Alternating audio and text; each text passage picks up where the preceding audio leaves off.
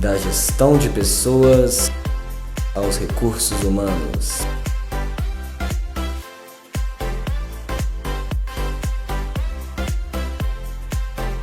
PSCast. Boa tarde a todos, meu nome é Pedro Machado, faço parte do time PS Gestão de Carreira e hoje no primeiro episódio estreando nosso projeto PSCast, do GP ao RH, da gestão de pessoas aos recursos humanos, recebemos Cássio Braga, fundador da empresa Tropeiro Alimentos, referência no ramo alimentício, ex-presidente da Câmara de Indústria de Alimentação da Federação das Indústrias do Estado de Minas Gerais, FIENG, e ex-presidente do Centro Industrial e Empresarial de Minas Gerais, CIENG. Boa tarde, Cássio. Muito obrigado por ter aceito o nosso convite. Como você está? Ótimo, Pedro. Eu que agradeço pelo convite, fiquei muito honrado, né, em poder participar e... uma primeira experiência, vamos fazê-la juntos aí. Ótimo. Para início de conversa, Cássio, queria trazer um tema que, ao pesquisar bastante da história da Tropeira e da sua história, foi o que mais me impressionou, que foi como o trabalho entrou cedo na sua vida e como que a área comercial entrou muito cedo na sua vida, seja pela parte do empreendedor que pela área comercial em si. Queria que você começasse falando para a gente um pouco mais da sua trajetória, com quantos anos você começou a trabalhar, quais foram suas primeiras experiências?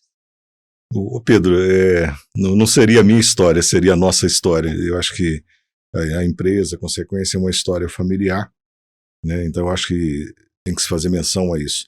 Minha família é uma família do interior aqui de Minas, de Moeda, que é uma cidade próxima aqui. Nós somos originalmente 13 filhos, eu sou o 13º. Desses 13 sobreviveram 10, hoje sobrevivem 8, né? E minha família veio para Belo Horizonte, começou a vir por volta de 1967 em função do êxodo rural. Houve uma grande seca na década de 50. Meu pai tinha uma micropropriedade lá que também não dava conta para sustentar a família. Então os irmãos mais velhos vieram primeiro trabalhar no comércio de Belo Horizonte, até de empregada doméstica, minhas irmãs vieram. E a família, por ser uma família de interior, a questão do trabalho, essa disciplina é muito cedo. A gente não é anterior à época do Estatuto da Criança e do Adolescente, daquela época em que trabalho de criança é pouco, mas que não aproveita é louco. Então, desde os primeiros anos, com 5, 6 anos, a gente já tinha responsabilidades, atribuições. Eu, especificamente, eu vim para Belo Horizonte quando eu vim em 67, eu tinha 5 anos, né? Mas com 8 anos, assim, já começavam as primeiras experiências, né? Vendia laranja em campo de futebol, minha mãe colocava a gente para ajudar na mercearia de frente, achava que o aprendizado era importante, e também era, né? E minha mãe, que foi uma mulher guerreira, ficou viúva, muito jovem, eu tinha 8 anos na época, e ela ficou com essa família para criar, mas ela tinha essa mentalidade que filho tem que trabalhar e estudar, e ela veio para Belo Horizonte com todas as dificuldades, mas nesse propósito, né? Inclusive, quando meu pai morreu, alguns tios queriam que os 3 mais novos ficassem lá na roça, e o trabalho era abraçar o que tinha, e ela falou, não, vocês vão ficar aqui enquanto eu puder dar escola e alimento, vocês vão ficar aqui. Então o trabalho iniciou muito cedo, com 12 anos eu estava lavando carro aqui nas ruas do Barro Preto, aqui em frente à igreja de São Sebastião. Aos 14 para 15 anos, a primeira carteira assinada, arrumei emprego numa loja de tecidos ali na rua São Paulo, Serviços Gerais. Fiquei lá por 6 meses, depois numa segunda loja na Avenida Paraná. Daí eu fui não tinha uma empregabilidade muito boa na época não, né? Estudando à noite, trabalhando de dia, eu fui trabalhar no escritório de contabilidade, no qual fiquei 3 anos, me formei em técnico de contabilidade lá.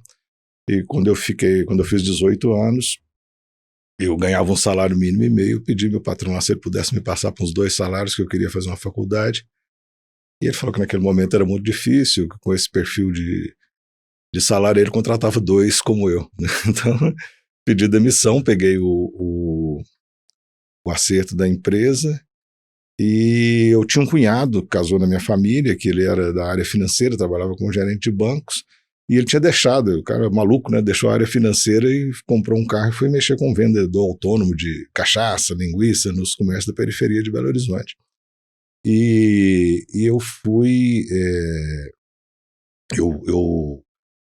comprei esse carro, minha irmã financiou 50%, e eu fui vender linguiça no comércio de Belo Horizonte, da periferia, como ele fazia, um outro irmão meu já fazia. Isso aí foi para um período aí de uns 2, 3 anos, eu parei os estudos aí até os 20 anos, aos 20 anos Primeiro eu tinha feito um vestibular para engenharia civil com 18, não passei. Aí passei no vestibular para direito na UFMG, eu tinha que passar para uma faculdade gratuita. E aí fui estudando e trabalhando como revendedor, pegava de várias fabriquetas nas periferias de Belo Horizonte e distribuiria em outras periferias. Então aí começou a carreira comercial. E se perguntar assim, foi por aptidão? Nem tanto por aptidão. Eu acho que a necessidade foi o grande motor, precisava melhorar a renda familiar. E, por outro lado, foi uma grande escola, né? Que a hora que eu aprendi a vender, descortinou um universo muito grande de você fazer a sua própria renda, poder desenvolver mais, né? E isso, com outras coisas, foi o passo inicial do empreendedorismo. Eu só lamento que esse cunhado meu não me levou para o mercado financeiro de onde que ele era, que aí eu teria ficado rico. Mas naquela época, qual era a década de 80? Década de 80, 1980 foi exatamente... Mas 1980 você acha que o mercado financeiro já estava num momento que dava para ganhar realmente dinheiro com o mercado financeiro? Sempre foi. Banco é o melhor negócio do mundo. E acabou que finalizamos na sequência indo para a indústria, que é um setor extremamente penoso no Brasil, né? Uhum. Mas com todas as dificuldades a gente conseguiu relativo êxito nesse negócio. Foi um empreendimento familiar, né? Como eu te disse, tinha mais um irmão no ramo, depois veio outro, e mais para frente a gente foi desenvolvendo a ideia, montou as primeiras fábricas de fundo de quintal, que fabricavam os produtos artesanais ali por volta de 1985, mais ou menos, né? Uhum. E aí que começou a ida para a indústria.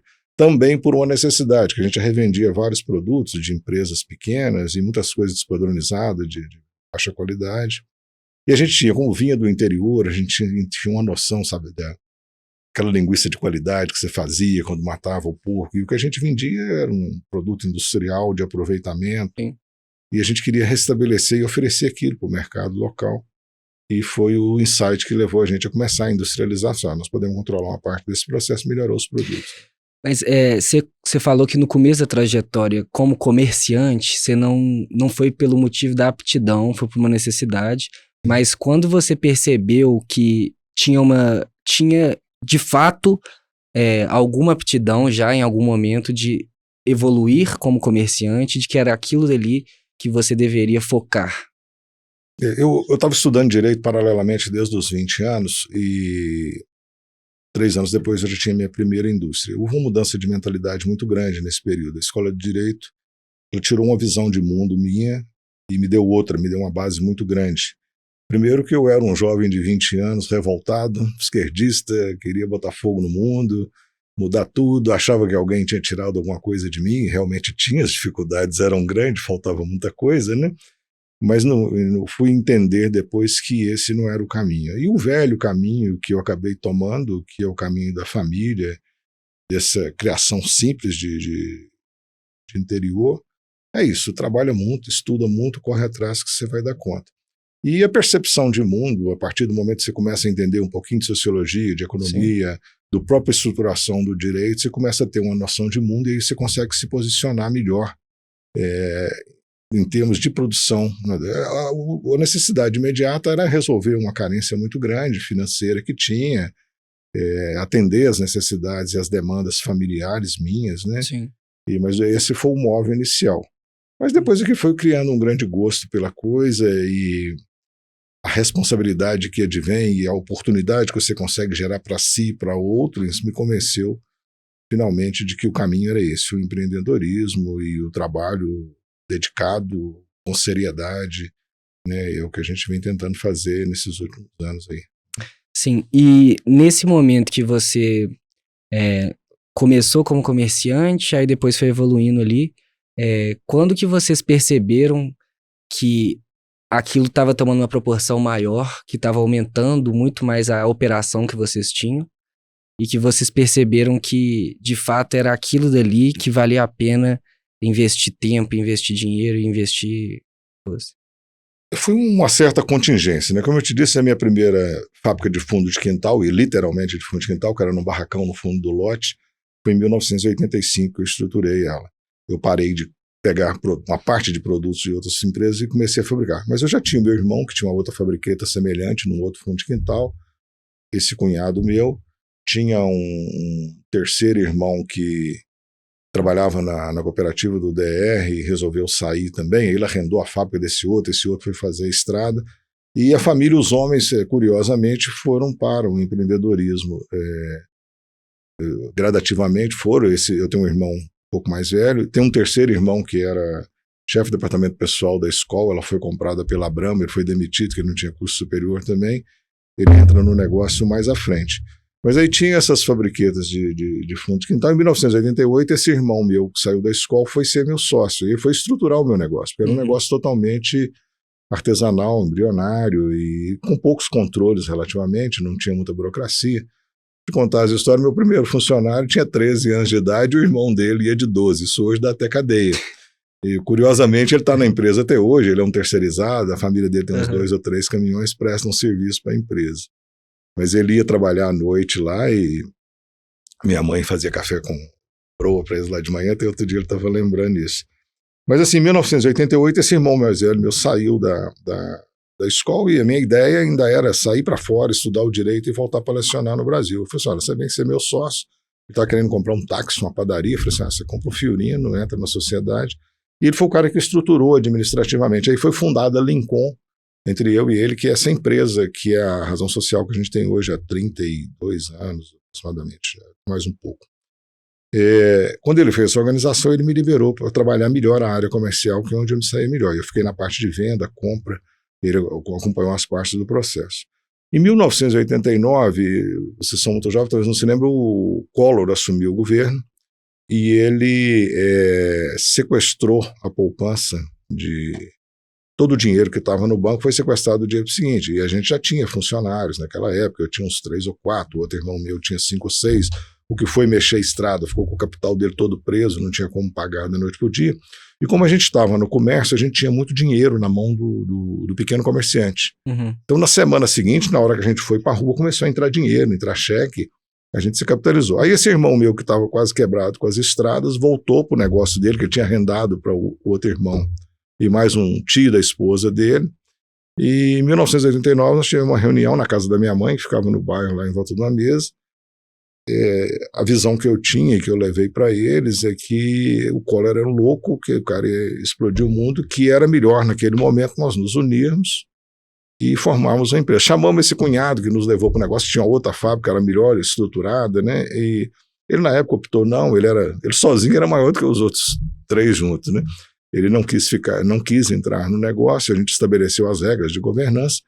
E aí se constituiu a Lincoln como tropeira, né, que era uma marca competitiva. A gente fez uma distribuição de atribuições, ficamos 5 sócios inicialmente, 4 irmãos e mais um tio da esposa do meu irmão, e ali nesse momento liberou. Eu fui viajar, fui fazer treinamento em área industrial, o outro irmão, o Antônio, foi fazer área industrial, conseguimos viajar, entender até o que tinha de tecnologias e disponibilidades no mercado para o nosso negócio, que a gente desconhecia, e a partir daí o negócio deslanchou, foi crescendo uma média de 20% ao ano ininterruptamente. E quando que você acha, assim, voltando só um pouquinho atrás, quando que você acha que virou a chavinha de fato para vocês, no sentido de, mudou o nome, por exemplo, né? Era Lincoln. A Lincoln é a razão social até hoje, mas criou a marca tropeira. Entendi. Então a gente entende que a tropeira nasceu a hora que houve a junção. Entendi. Né?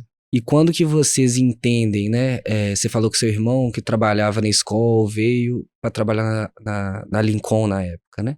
Sim. Quando que vocês sentiram que essa chavinha virou, né? Você falou até que você tinha essa aspiração de estudar fora para depois voltar para o Brasil. Então, assim, você já tinha uma base naquele momento sólida o suficiente para pensar nisso de forma... Na época eu era solteiro e essa era a ideia que permanecia, mas 2 anos depois eu já tinha mudado completamente. Aí eu já estava casando, já estava tendo filho, a chance de sair e continuar o estudo fora do Brasil foi relegada a um segundo plano. Quando fez a junção dos irmãos, nós juntamos competências, hoje a gente entende que é complementares, e a empresa realmente deslanchou porque houve uma especialização, cada um assumiu um determinado ponto, uniu os quadros, unificou a base. A minha indústria é relativamente mais bem montada, a gente instalou nela. Foi nesse momento, o que trouxe a competência administrativa, que é o mais velho, registrou funcionário, organizou situações, ficou tudo certinho, que a gente tinha funcionários sem registro na época. Às vezes quando o cara ia sair da empresa dava um problema, cuidou da parte burocrática, bota as contas, antecipava as contas, negociava pagamento antecipado. O outro, esse que veio do DR, que tinha uma indústria, é um cara mais de retaguarda, muito bom na área contábil também. Ele foi especializar na área industrial, estudou engenharia de alimentos. O outro foi para a área comercial e logística. A gente conseguiu pegar uma microempresa e estruturar ela. E foi daí que a coisa organizou, dividiu as responsabilidades, porque sozinho eu acho que a gente não teria ido tão longe, uma pessoa só tentando fazer tudo na empresa. E a evolução da empresa foi por aí, com esse quadro mesmo, até hoje. Hoje somos 3, né? Meu irmão mais velho faleceu em 1998, esse sócio, que era tio da esposa do meu irmão, saiu em 2005, e até hoje somos 3. Um já está semi-aposentado com o filho dele, e eu estou se aposentando agora, na virada do ano aí. Beleza.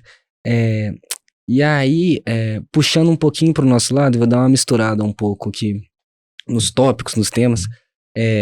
Você falou já algumas vezes, né, sobre essa questão de que na época, como não existia um estatuto tão rigoroso como se tem hoje, era mais flexível para você fazer contratações que hoje não são permitidas. O que você tem, mesmo você sendo mais da área comercial, e pelo que eu entendi, seus irmãos se encarregavam mais dessas áreas, o que você tem de memória, assim, desse começo de empresa, de como funcionavam essas contratações, qual que era a lógica que vocês utilizavam? Sim, as primeiras contratações, como eu te disse, eram pessoas próximas. Um desses irmãos meu era evangélico, da igreja do bairro Glória ali, que era um bairro periférico, a gente foi criado lá na região, e muitas pessoas da igreja, esses meninos eram da igreja. E era normal crianças de 12, 13, 14 anos trabalhar. Eu te disse, com 14 anos eu tinha carteira assinada com meio salário mínimo, menor aprendiz, e era normal isso. Hoje que o estatuto proíbe, a legislação pune ferozmente. Eu acho até com devido erro, porque o trabalho foi uma escola para mim tão boa quanto a escola formal que eu tive. Uhum. As contratações iniciais eram nesse âmbito familiar e das proximidades. As fabriquetas não eram na Ressaca inicialmente. Quando estruturou a Lincoln, a minha era na Ressaca, a única que era na Ressaca, essa fábrica estruturou lá, e do lado a gente tinha a favela da Ressaca. E foi uma tábua de salvação para a região. Quando nós saímos de lá, a gente dava 180 empregos dentro da favela já. A gente tinha que pegar pessoas sem nenhuma capacitação, sem nenhuma experiência anterior dentro da indústria alimentícia e dar padrões. A gente tinha que ensinar o cara desde como ele lavava a mão, como ele se higienava, como ele lidava com o alimento, em escala que, mesmo nas escalas menores, era muito importante. Mas o primeiro âmbito de contratação foi esse grupo, e por indicação. E muitas vezes vinha a mãe, vinha o irmão, vinha um filho. A gente deu muita oportunidade para mulheres que ficavam em casa, que o trabalho era ao lado, e dava para fazer. E tivemos uma boa convivência com essa comunidade. Não era uma comunidade tão violenta, mas tinha o seu índice de criminalidade com drogas. Mas a gente era muito respeitado, porque a gente dava os empregos na favela. Então a gente não era roubado, não era assaltado, apesar da gente estar quase na entrada da favela. Com o advento do crack, a partir de 2001, a coisa mudou um pouquinho, mas foi a época que a gente já estava saindo de lá.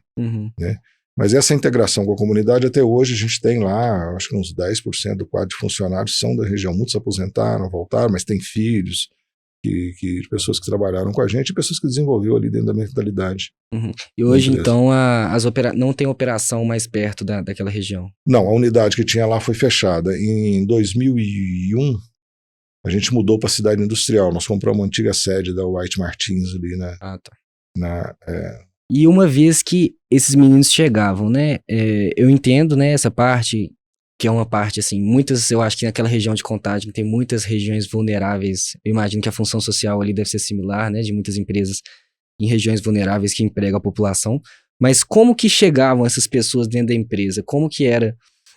Assim, você falou que tinha problema com criminalidade, uso de drogas e tudo mais. Como que fazia para desenvolver aquela pessoa desde o momento que ela entrava dentro da empresa? Eu tinha as indicações primeiro, que era do elo familiar, né? A gente sempre foi muito restritivo. Demos até oportunidade para pessoas, ex-condenados. Tivemos algumas experiências, poucas gratas, algumas não tão gratas, né? Mas a gente dava oportunidade. E não era tão complicado quanto é hoje essa situação. Mas as pessoas vinham por essas indicações, o treinamento era feito internamente na empresa, e aquelas pessoas que se qualificaram melhor, naturalmente foram subindo, viraram supervisores, coordenadores, depois viraram alguns gerentes e alguns chegaram até a ser a nível de diretoria da empresa quando ela cresceu mais. era o vizinho do lado, quem tinha uma melhor qualificação foi desenvolvendo. Essa base de operário do piso de fábrica, até hoje, ela ainda é uma dificuldade na empresa. Depois eu posso até te relatar com mais detalhe como é que é. É uma mão de obra desqualificada, você não tem treinamentos. Com o decorrer do tempo, a gente tentou investir nisso. Quando eu era presidente do Sindicato das Indústrias de Carne, a gente incentivou muito um curso dentro do Senai de qualificação de mão de obra, de corte de carne, de açougueiros, gente que manipulasse alimento carne, que não é tão simples quanto parece. A gente lidava com um mercado muito mal formado, era o pessoal de açougue que vinha trabalhar nesse perfil industrial e a realidade era diferente. O açougueiro era como o padeiro já foi no passado, um elemento muito complicado dentro do perfil industrial. A gente teve que pegar o açougueiro e transformar ele num trabalhador que usava luva, usava higiene, usava gorro. Quando a gente começou a uniformizar o pessoal, obrigar a usar luva, máscara, essas coisas, praticamente nós, donos da empresa, tivemos que vestir a roupa e ir junto com eles. Eles aceitavam. Tinha de machismo a coisas absurdas, né? Mas assim, a gente conseguiu criar uma cultura interna que ela foi proliferando. Hoje, esse funcionário entra dentro da empresa, ele já é verificado num grau muito maior, é checado a experiência dele anterior. Ele não entra dentro da indústria antes de passar no mínimo uma semana, 10 dias em treinamento, por questões de saúde e segurança do trabalho, por questões de higienização e risco de contaminação em produção alimentícia, que é uma responsabilidade enorme, sabe? Então, a experiência, a contratação foi nesse momento. Chegou um ponto que nós criamos o nosso departamento de RH interno, hoje são aproximadamente 11 pessoas, são 2 psicólogas, uma fica especificamente no recrutamento e a outra em treinamento e seleção. A gente ainda tem um turnover relativamente alto nesse piso de fábrica, pelo perfil, pela mudança do perfil das pessoas. Se eu tinha um jovem de 16 anos, de 17, 18 anos, que entendia que era uma oportunidade de trabalhar no ambiente industrial um ano atrás, o jovem de hoje não se adequa a esse serviço. Então a tendência nossa foi, com o decorrer do tempo, até buscar mais automação. Nós temos crescido, mas temos reduzido o volume de empregos direto dado na atividade. Então nós já chegamos a ter 550 funcionários. Hoje nós estamos com 400 e correndo com um investimento maciço em automação para poder depender menos dessa mão de obra que você não acha você não consegue cativar o jovem para isso, principalmente aqui na região de Minas, que não tem essa tradição. Eu já vi um cenário muito diferente de Santa Catarina, Paraná, que já existe uma cultura, o funcionário desse tipo de empresa se reconhece como valorado, e aqui a gente não consegue, além de uma disputa que existe no mercado. Não são salários tão elevados no início de carreira, né? Os pisos são relativamente baixos, a competição é muito grande entre as empresas, então a gente tem uma dificuldade de captação, e a solução para isso está sendo a automação. Já tentamos de tudo, de contratar haitiano, trazer nordestino, mas a gente já teve muitas dificuldades nesse aspecto e continua tendo até hoje com um turnover muito alto, e a gente está procurando soluções para isso ainda. Você falou agora que teve uma redução, né, na quantidade de funcionários por motivo de buscar a automação, e hoje em dia eu acho que uma questão muito grande que a gente vê no mercado de trabalho, que talvez é uma solução e um problema, é a questão da tecnologia, né, da gente ter que lidar com a tecnologia que veio para ajudar bastante, mas empregos estão sendo perdidos também por causa disso. Como que você vê isso, né? Na ótica, você como gestor, vendo o trabalhador, assim, como que você acha que o trabalhador tem que lidar com a questão da tecnologia para utilizar isso como uma ferramenta que ajude ele e não como algo que vai tirar o emprego dele, que vai atrapalhar ele? Pedro, a extinção do emprego, ela tem sido, ao longo dos anos, da minha experiência empresarial, compelida por diversas fontes, por diversos caminhos. Então, a necessidade de automação para ter competitividade, historicamente, o custo da automação era muito mais elevado do que a contratação. Mas hoje a gente está chegando à conclusão que a contratação, principalmente do operário braçal, é um barato que sai muito caro para a gente. Tanto pela legislação trabalhista de saúde e segurança do trabalho, que é extremamente complexa e traz passivos incalculáveis para as empresas, traz responsabilidade objetiva, que você não precisa concorrer necessariamente, mas se acontecer uma coisa, você é responsável. Você tem a legislação previdenciária extremamente complexa, você tem as obrigações acessórias das relações trabalhistas, que são extremamente complexas no Brasil. Isso leva a você querer diminuir quadros, e você tem a tentação da tecnologia que está barateando e ficando ao alcance das empresas, e a gente está discutindo automação quando a gente já deveria estar discutindo digitalização de processos industriais. Mas a gente tem que respeitar o estágio. O problema social que virá será grande. Hoje, politicamente, se discute a questão de constituição de renda mínima, que nós não vamos ter que fazer o que fazer com essa mão de obra não especializada. Há, por um lado, uma escassez de mão de obra qualificada na área de TI, na área de controle de processos, de gerências, de pessoas com capacidade de liderança dentro da área empresarial, pela falta de disponibilidade de mão de obra, e há uma abundância de uma mão de obra desqualificada, que é estimulada de todas as formas, a rotatividade, não ficar. A indenização, 40% de multa, é uma coisa que ainda leva hoje o funcionário a pedir conta para pegar essa indenização, ir para o mercado informal, trabalhar aí uns 6 meses, pegar um seguro-desemprego, que praticamente ele dobra a renda. O estímulo é muito grande para o funcionário não se fixar e não desenvolver na indústria, e não parando, ele não se qualifica e ele não consegue subir profissionalmente, né? Então a gente tem uma série de estímulos legais que precisam ser revistas. E, do ponto de vista empresarial, assim, cada funcionário é uma responsabilidade muito grande. Hoje eu não perco tanto o sono, mas eu já perdi muita noite de sono de entender o que as pessoas que estavam sob a minha responsabilidade e os riscos que isso envolvia, né? Desde 30 motoristas de caminhões dirigindo caminhão na região metropolitana de Belo Horizonte, e tinha de tudo. Eu tive gente, motorista viciado, dentro da indústria de alimentos. Quando você vê uma coisa que aconteceu como na Baker, isso é um pesadelo de todo empresário. Se eu tiver um maluco ali, ou um cara insatisfeito, então eu não tenho nem, se o sujeito pede para ser demitido na empresa, eu demito ele com todos os direitos, e a partir dali ele não precisa voltar na indústria. Eu não quero ele um dia insatisfeito dentro da minha indústria, porque o risco é exponencial. Então a gente tem essas dificuldades ainda hoje, lida com isso, e a automação é um caminho que diminui. Você tem um trabalhador mais qualificado na área de manutenção e operação, e menos esse operário braçal, que é mais problemático. Sim, você falando isso tudo, me remeteu a uma coisa aqui, que é um outro problema também social que a gente está tendo no momento, que a gente está, eu acho que num dos períodos de maior taxas de evasão escolar, né? Evasão escolar, seja nas escolas, as pessoas não completando o ensino médio, e muitos jovens que optam por não ingressar na universidade e procuram outros caminhos de ser bem-sucedidos financeiramente. Só que isso é um problema, né? Porque você acabou de falar que já estamos com um problema de profissionalização muito grande por causa do fator automação, e mais esse fator. Como que seria, né, o caminho para essas pessoas, principalmente aqui a gente falando de pessoas que têm trabalhos de base, né? Trabalhos que estão sendo substituídos por essa onda. Como que você acredita que seria o caminho da gente tirar todo esse problema da evasão, motivar as pessoas a voltarem a estudar? Por exemplo, o curso de Direito, né, que você acabou de falar. Na época que você ingressou no curso de Direito, foi uma época que muitas pessoas faziam Direito. Hoje, se você olhar, tem muitas pessoas que são formadas em Direito no mercado, desempregadas, e poucas pessoas entram na universidade porque já existe uma fama muito forte do curso de Direito ser um curso de pessoas saturado, já no geral, assim, né? E de pessoas que não conseguem emprego. Então, como que você acha que a gente consegue desmistificar essas questões e motivar as pessoas a ingressar? Pedro, eu acho que a primeira coisa é fazer a sociedade entender que o estudo é a única saída.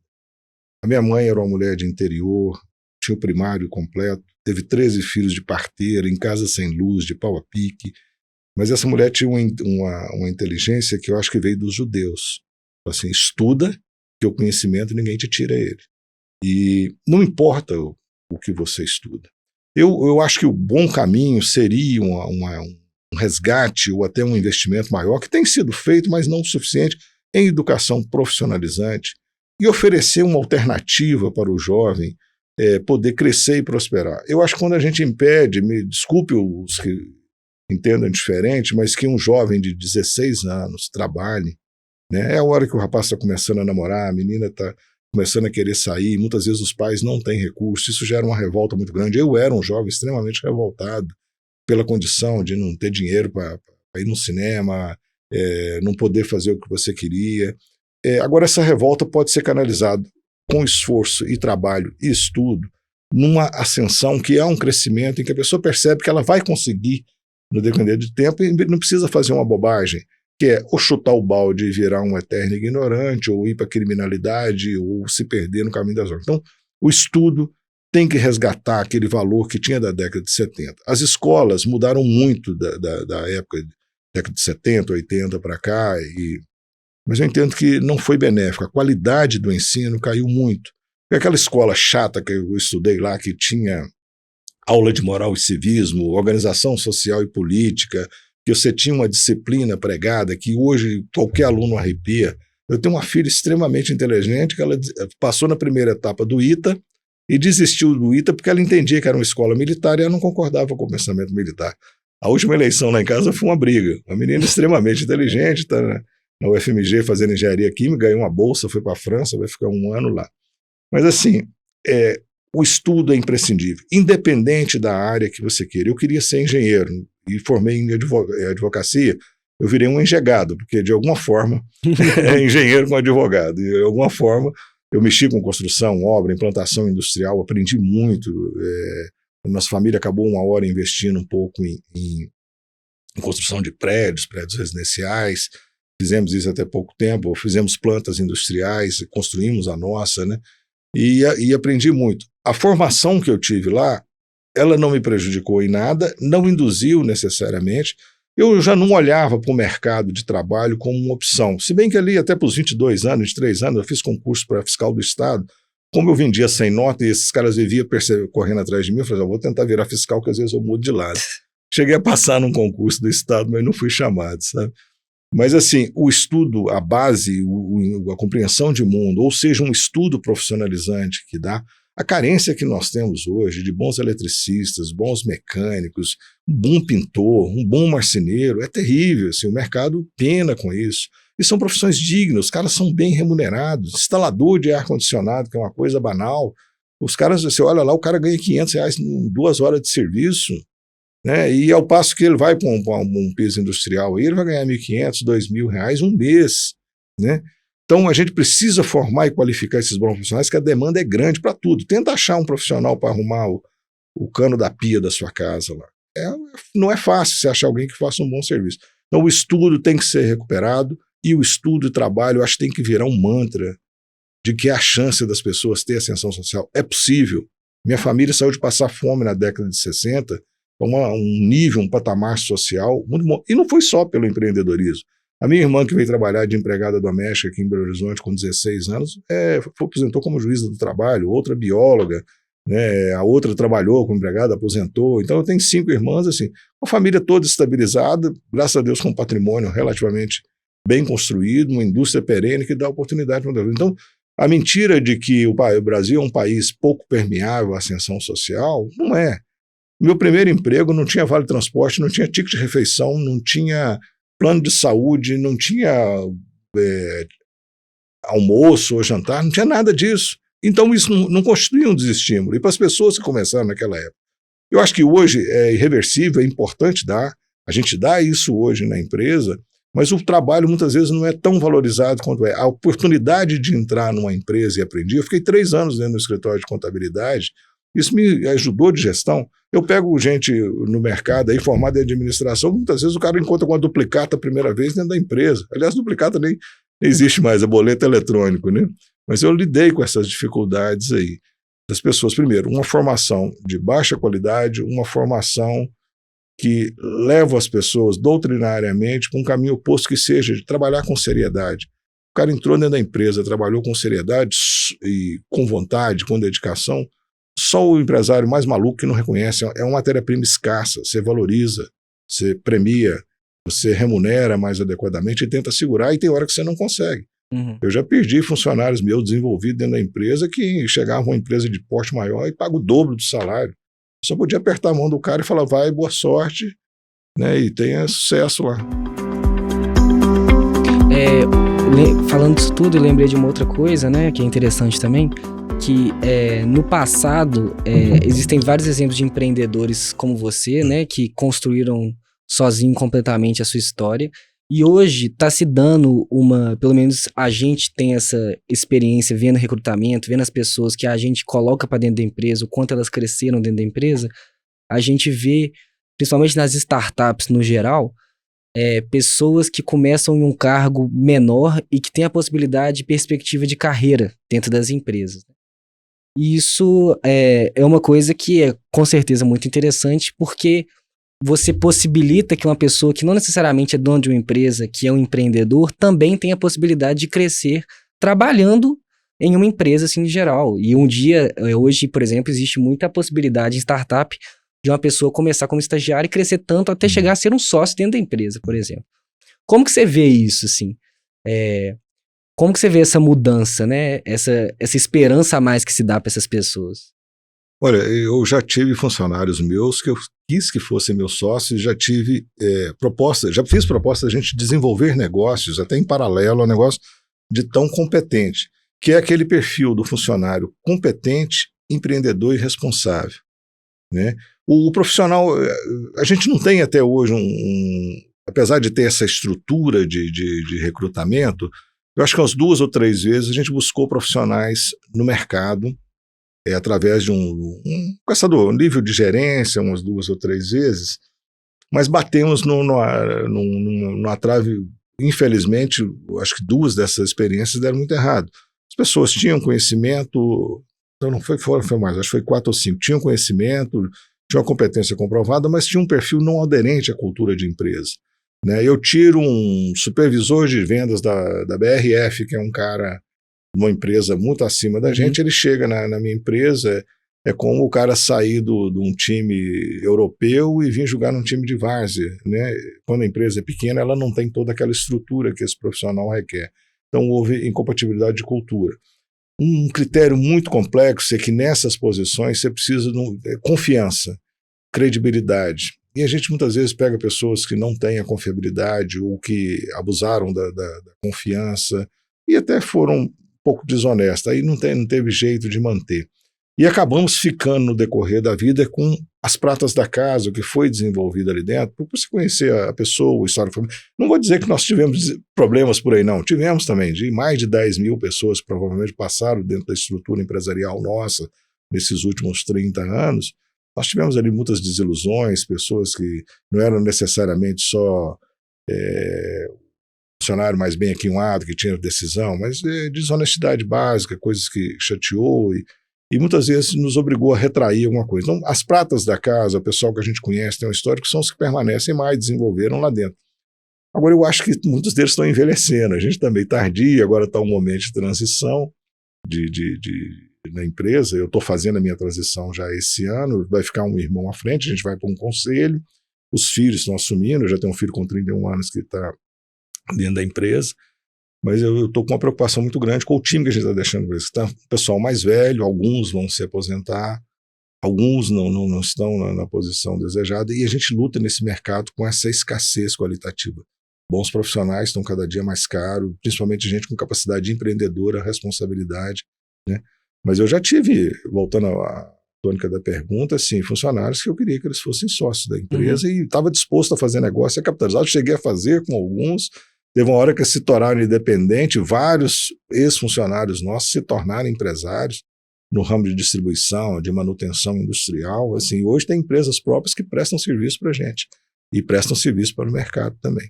Você deu o exemplo da BRF, né, e outras empresas, são empresas gigantes, mas até startups também, no geral, que estão em grande crescimento no mercado. Como que uma empresa familiar, né, não dando exemplo da sua empresa em específico, mas as empresas familiares no geral, fazem para ser atrativas o suficientemente para uma pessoa que está numa empresa dessa ou está numa startup com uma grande perspectiva de crescimento, vir para a empresa e se sentir satisfeito lá dentro?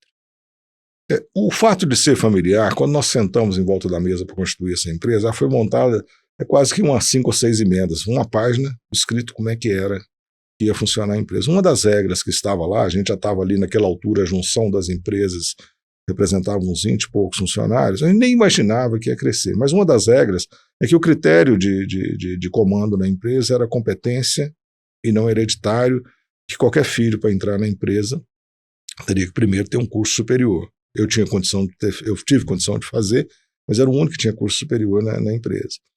Mas assim, com o tempo a gente foi quebrando as regras. Um filho do meu irmão, que já aposentou, entrou para lá com 13, 14 anos também, e por acaso é um baita profissional. Comanda toda a área comercial, o centro de distribuição da empresa, só debaixo dele lá tem uns 130 funcionários. é um cara comprometido, entrega resultado todo dia, e a escola dele foi dentro da empresa. Ele formou em administração de empresa dentro da empresa, escolheu a área comercial, começou lá de carregador de caminhão a gerente. E hoje a gente não tem nenhuma dúvida sobre o trabalho todo, ele entrega os resultados comprometido com a situação. Mas eu pelo menos, nunca quis que fossem filho, o próprio filho. Inclusive, dei oportunidade a todos os filhos, inclusive esse que está lá. Eu disse, olha, vai correr mundo, o que você quiser eu te ajudo, mas você não tem obrigação de ficar na empresa. Ele estagiou uns 2 anos na Localiza, acho que foi bom para ele, teve um aprendizado, mas quando ele voltou para a empresa, ele estava lá, e aí a família já mudou um pouco o plexo. Olha, tem que sair, essas competências não estão desenvolvidas, então vai ser o filho mesmo. Eles tiveram umas dificuldades, meu outro irmão tem 2 filhos, então hoje são 4 sucessores que estão dentro da empresa. A gente contratou uma empresa para organizar o acordo societário, a estruturação, já tem um conselho estruturado, mas para dar um formato, entender as competências deles, até para dizer para eles que na empresa familiar é mais difícil você dizer para um filho, para um sobrinho, o que você entende que deveria ser, né? Ela vai fazer essa análise, entender as competências, entender as capacidades. A gente está começando esse processo tardiamente, agora que era para ter começado em janeiro, mas eu falei que em dezembro eu pego meu boné e eu vou lá só nas reuniões de conselho, mas não quero ter mais função executiva.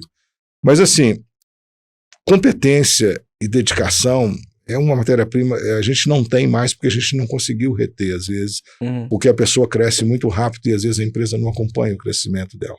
Né? Então hoje eu estou com gerências lá com remuneração na faixa de 15, acho que 17 mil reais. Diretor, para meu perfil industrial, o mercado paga 25, 30 mil por mês. É um salário caro para eu poder disputar com a Sadia, com outras empresas maiores que a gente, empresas do ramo de alimento. E a gente tem uma gestão financeira administrativa muito bem feita. A empresa nunca teve prejuízo, nunca deixou de pagar uma duplicata no dia.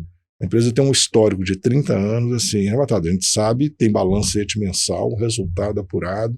Então a gente tem essa responsabilidade muito grande. Gostaria de buscar um profissional de 25, 30 mil reais no mercado, desde que ele conseguisse provar a capacidade dele para fazer isso. Né? E hoje nem os filhos da gente têm um salário desse dentro da empresa. Né? Relacionado a isso também, recentemente eu fiz um curso, todos nós da empresa a gente fez um curso. Foi um curso que ele me trouxe algumas reflexões que são reflexões óbvias, mas que muitas vezes a pessoa, quando ela entra dentro da empresa, ela não pensa dessa forma. E isso, se as pessoas pensassem dessa forma, talvez ia provocar uma evolução ainda mais rápida, né? Nesse curso se falava muito da necessidade do funcionário entender o real valor dele dentro da empresa, no sentido de que ele só tem um valor se ele está direcionado diretamente ao lucro. Ou seja, se ele for cortado, a empresa vai perder uma lucratividade em algo. Ou seja, ele tem que sempre estar posicionado em algo que seja relacionado diretamente ao lucro. Por que eu estou trazendo esse assunto? Porque existe um problema muito grande nos recursos humanos no geral em relação a isso. Porque o setor de recursos humanos dentro das empresas, no geral, é muito visto como um setor de apoio e não como um setor direto relacionado aos lucros. Muito porque o colaborador de recursos humanos, no geral, ele não tem o mesmo diálogo, muitas vezes, que o gestor gosta de escutar, que é o diálogo de interpretação de indicadores, de conhecimento numérico altíssimo, que é isso que, querendo ou não, é ligar diretamente ao lucro, né? E aí a reflexão que o curso fazia é que, em momentos de crise, setores de apoio são setores que são mais cortados, porque eles não são tão fundamentais assim na visão do gestor, né? Como que você acha que, não só recursos humanos, porque tem alguns setores administrativos também que sofrem desse mesmo problema, como que você acha que seriam as iniciativas, mudanças de comportamento importante para uma pessoa que não se sente dessa forma, devem ser tomadas, assim, para que mude essa noção? Assim? Olha, na minha empresa eu acho que não tem essa prática. As crises, nós passamos algumas crises nesse período. Em 88 a empresa estava embrionária ainda, mas nós tivemos um congelamento de preços. Isso. Praticamente a gente nunca demitiu por crise. Na crise a gente podia suspender um pouquinho a contratação. Dentro desse turnover aí, que entra 10, 12 funcionários por mês e às vezes sai 10, 12, que é a rotatividade. O jovem hoje, eu pedi uma média lá de permanência do jovem de 18, 20 anos que entra, é de 3 a 6 meses. A gente pega o cara antes, leva ele dentro da indústria para ele conhecer o ciclo industrial, mas não existe nessa atual geração, não existe a percepção de que esse trabalho industrial é um trabalho digno. 9 de cada 10 quer estar atrás de uma mesa com um computador conectado, e muitas vezes sem ter necessariamente uma habilidade requerida para ter, que seria comando, gestão, análise. As questões de indicadores, a gente tem. Nossa RH, uma dessas psicólogas, fica encarregada de mapear os indicadores. A gente tem um sistema de premiação. Mas, assim, é muito difícil nessa base da empresa você conseguir. A cultura é ruim. E não é uma cultura da empresa. Eu acho que qualquer um que entra numa empresa dessa, as portas estão abertas. Nossa empresa é horizontalizada. A diretoria está no 3º andar do prédio administrativo. Nenhum funcionário, ele só precisa passar e falar que ele está indo. Ele entra na minha sala a hora que ele quiser, entra na sala do Antônio. A gente não dá essa liberdade. Até já corrigimos muita coisa. Gerências perniciosas, gerências que não tinham respeito pelo trabalhador, e isso aí, o funcionário lá da base saiu, chegou, a gente conferiu, é isso mesmo, vai embora o gerente, não vamos ficar com eles. Mas eu acho que a gente precisa mudar a cultura do trabalho no país, porque eu acredito que esse trabalho industrial também, de piso, ele não vai ter vida longa. Nós vamos para a digitalização, para a automação total, e aquilo ali, a gente vai ter o que a gente faz com esse indivíduo que não consegue se qualificar para mais do que isso. A preparação escolar, o treinamento, a qualificação. Eu acredito que o setor de serviço vai absorver boa parte disso. Aí eu estava falando da profissionalização, que é extremamente importante para dar oportunidade. Porque não é só você dar condição de sobrevivência para a pessoa, você tem que preocupar o custo dessa ociosidade. Você imagina um homem com 20 anos, é um animal, né? Você deixa isso aí à toa, só com dinheiro para beber, fumar e gandaiar, ele nunca vai querer trabalhar na vida. Sim. Né? Então, se ele não tiver essa disciplina, que ele tem que viver do trabalho, ele tem que dar uma contrapartida pelo que ele recebe, e ao mesmo tempo a chance dele ascender e melhorar economicamente num prazo de tempo que ele acha ok, eu acho que nós vamos ter um problema social gravíssimo no futuro. Eu, sinceramente, não sei qual que é a solução para isso. Mas essa cultura, eu acho que ela começa a ser feita na escola, e o resultado que nós estamos recebendo das escolas hoje, seja público, seja particular, é muito ruim. Tanto um nível de formação técnica básico, regra de 3 é uma coisa que ninguém domina.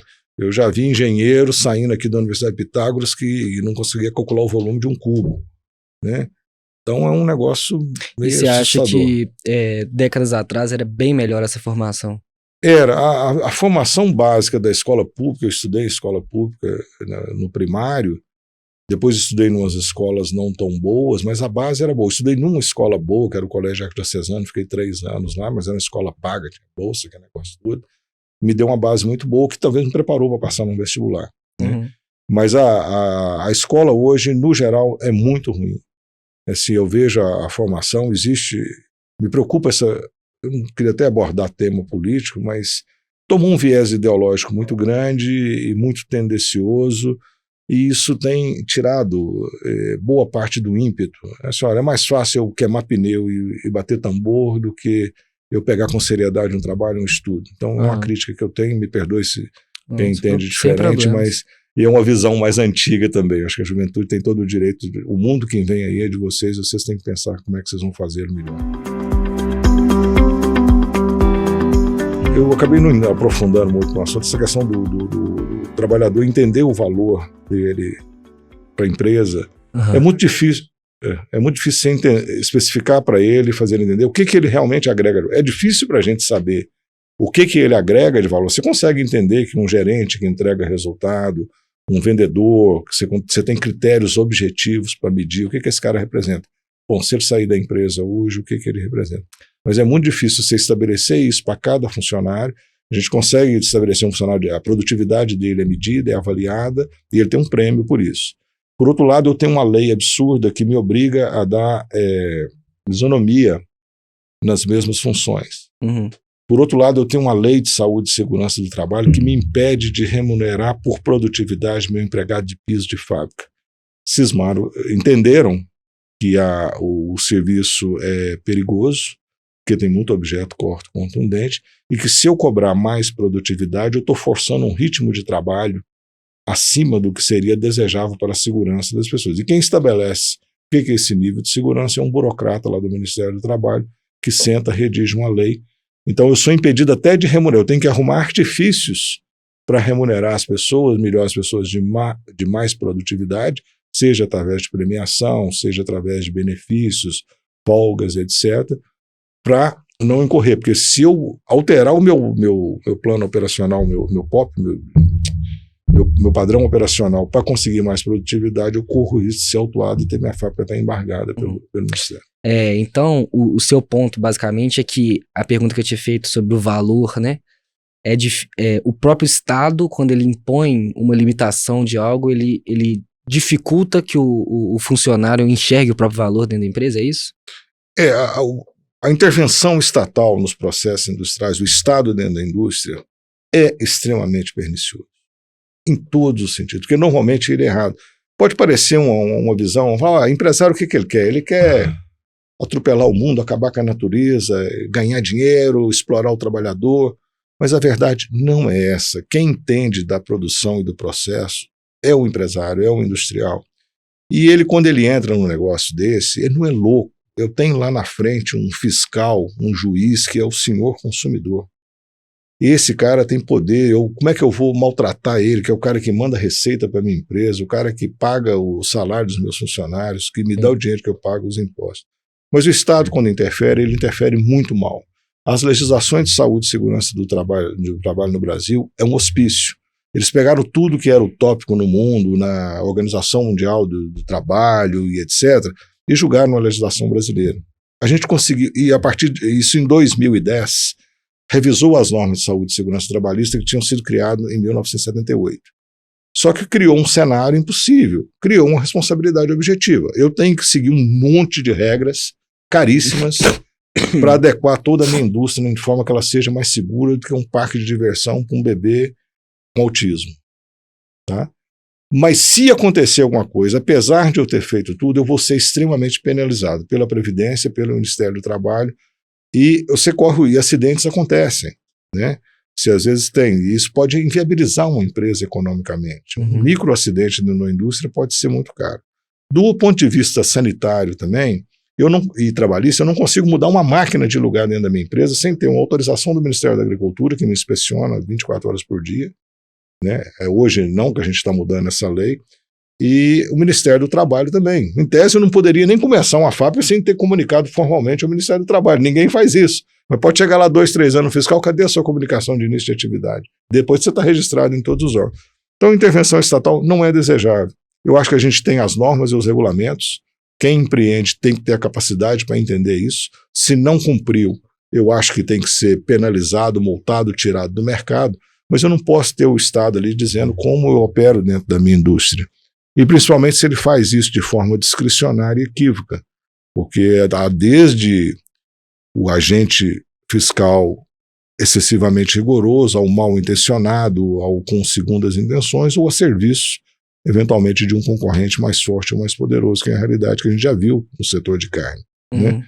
Mas o Estado não é desejável. Eu acho que a gente precisa ter um longo trabalho a ser feito. Nós mudamos alguma coisa a partir de 2017, de trazer essas normas regulamentadoras de saúde e segurança do trabalho para dentro de uma realidade mínima. Vou te falar, eu pego qualquer máquina europeia, eu estou importando agora 2 máquinas da Alemanha, talvez uma terceira.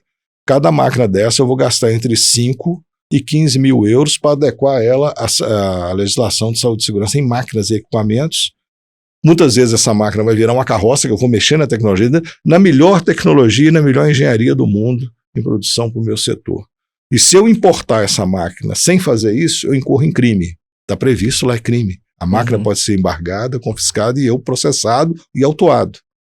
Se acontecer um acidente com a máquina dessa, igual já aconteceu na minha empresa uma vez, um acidente até de baixa gravidade, máquina com certificado de segurança da União Europeia, na semana seguinte, no fiscal do Ministério do Trabalho, que ele determinou que eu tinha que fazer a máquina virar uma carroça, porque a pessoa entrou debaixo de uma área de 40 centímetros da máquina, ligou a máquina, entrou uma funcionária com 7 meses de casa, e ela levou a mão numa área de movimento e perdeu 3 dedos da mão. Então, isso aí custou para a empresa hoje, brincando, isso foi uns 8 anos atrás, já custou uns R$700 mil, ainda estou discutindo com a Previdência uma aposentadoria especial de incapacitação de 35% que deu para o funcionário. Eu tenho hoje 400. Se eu tiver um acidente de proporções maiores ou mais grave, dependendo do tamanho das ações que você vai enfrentar, você pode inviabilizar uma indústria. Isso tira um pouco do ímpeto da coragem. Quando você entende essas exigências que existem sobre o setor industrial, você consegue mensurar esse risco, é aquela coisa, se você soubesse que tinha, não faria. Né? Se eu tivesse lido toda a legislação que legisla o meu setor, por isso que eu te falo, meu cunhado lá, o cara gente boa pra caramba, podia ter me levado para o mercado financeiro, que minhas dores seriam menores hoje. E só para concluir esse tema, como que você acha que o Estado deve fiscalizar, né, não permitindo, por exemplo, que a pessoa, por mais que você, pela sua experiência própria, por exemplo, você começou a trabalhar muito cedo, né, não permitindo que uma pessoa comece a trabalhar com altíssimo risco tão cedo assim, mas também não comprometendo o empreendedor a trabalhar, basicamente.